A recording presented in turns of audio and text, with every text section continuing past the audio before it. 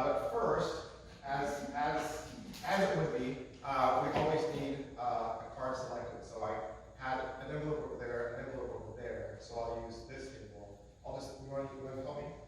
We'll do you. Just take any card. I'll go back, forward, but so got it? All right. No, you have to look at it. That's how it works. You're going to keep it though to yourself. Just you keep it. So I'll do a little magic orientation. Okay. So this is Henry Keller. He was a magician long time ago. And sometimes when you go and look at posters of magicians, Keller is one of the names you might see.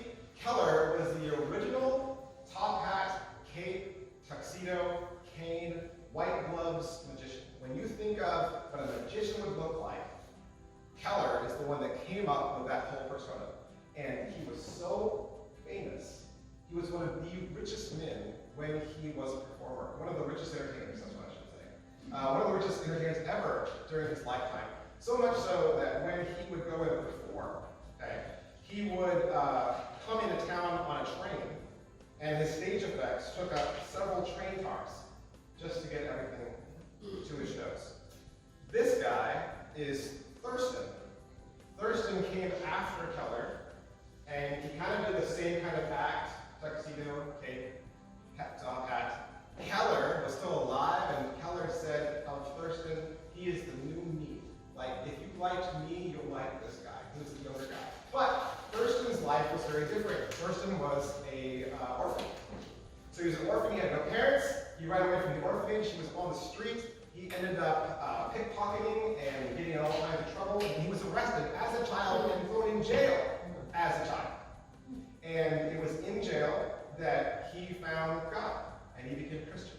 And his story ended up reaching some priests and pastors, and when he got out of prison, they grabbed him, and they said, here, and they gave him some Bible education, and they said, what we want you to do is we want you to be a street preacher, and we want you to go out on the streets and spread the gospel and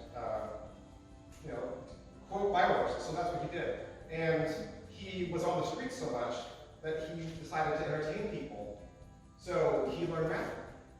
And then he just got famous. And he also became very, very popular. You might know this guy. This is Harry Houdini. The irony is, if I were to ask you who is the most famous magician to have ever lived, you would probably say Houdini. Which is ironic because Harry Houdini himself would say that he was not a magician. He would say that he was an entertainer, or that he was an escape artist. Harry Houdini was born Eric Weiss, and he was an immigrant he was a Jewish immigrant, came over here to America with his parents. His dad was a clockmaker, watchmaker. His mother was a dancer, and so naturally, Harry grew up to be an acrobat.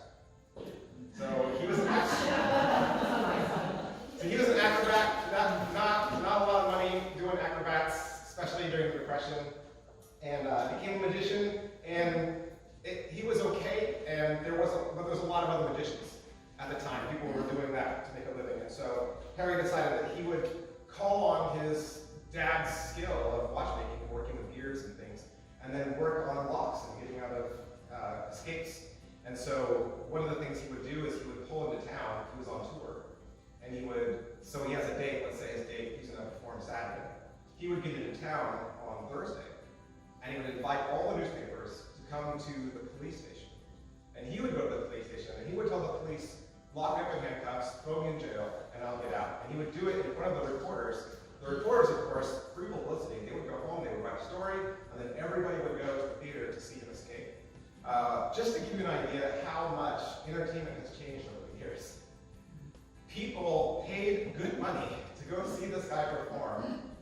He once offered a challenge that if you could build a set of handcuffs that he couldn't escape, he would just, any set of handcuffs, you could bring it up. One gentleman brought a pair of handcuffs that he had been building himself at his home. It took him 4 years to make these handcuffs. Harry agreed to do the escape. And again, people paid to see this. It took Harry 2 hours to get out of the handcuffs. And everybody just sat there in the theater and watched. Can you, and people say they were on the edge of their seats. Like it was that tense. Like I just can't imagine it being that exciting, right? This is a guy named Von Arx. Von Arx, I will admit, I do not know a lot about, because, I mean, who's heard of Von Arx, right? What the heck? But I will tell you what we do know about him. People love his posters. If you go to a poster shop, or if you flip through a poster book, and you go to somebody's house and they've got an edition on their wall, it's probably Von Arx, because it has this weird name at the top. And then his posters always have these very creative things. He's got little devils down here, and there's like haunted spirits holding swords, and there's an angel flying up at him. He had very mythic, very gothic imagery, and so people collect his posters. So that's all I know about him. So he's gonna go and fix it for me. I have one more. So this is Alexander. Okay. See, Alexander's wearing a turban. You would think, looking at Alexander, he's Persian, right? No, he was a white guy. And that was common back then. So there was this myth amongst magicians. They tried to be mystical and otherworldly. They thought if they dressed or acted from another culture, that would make people more interesting. There was a magician named Qinling Su, and he was a Chinese magician. And he used to do the bullet catch. Somebody would shoot a gun at him, he would catch the bullet. He was a white guy. He just dressed up like a Chinese person. And they call himself Qinling Su, right? This guy, Alexander, also not Persian, not Egyptian, nothing. He was actually came from a wealthy background, and his parents had money. And he decided to become a magician, and he became more famous when he adopted this persona of wearing a turban. Surprisingly, this guy was a mentalist, and one of the first magicians to wear an earpiece, so that he could hear what the people off stage were telling him to say. And so he wore a turban to hide the earpiece. So what I'm going to do is mix these envelopes up so we don't know which magician is which. And I have to find your card. I haven't forgotten about your card yet. But I decided what I would do for this card trick is I would reveal her card in the style of one of these magicians. So whichever magician we pick, that is the magician that I will reveal your card like. So I'm going to, I'll make all the way back here. So I don't want this choice to be mine. Of those, what do we have, 5? Oh, no, just, you tell me which one do you think I should use? This one right here? So if I move this to the bottom and leave this one on top, this is the one you want, right? All right. So I'm leaving yours up where you can see it. I don't want you to think that I'm switching it or anything. And I'm going to get rid of the other one, just so we're on the same page, okay? And I have Alexander. Okay, the mentalist. That's all right, cool. I don't have a turban. Why not? So I'm going to have to mentally, that's hard. I have to mentally, I'm not here, I have to mentally pick your card. You know what your card is, right? You remember what it is? I will. Yes. All right. So everyone thinks, oh, it could be 1 of 52. That's true. But there's really not a lot of options when you think about it. Okay? Now, I'll show you what I mean. So between the deck of cards, there's red cards and black cards.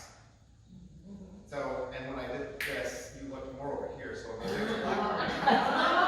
Is it a black card? Oh, yes. Okay.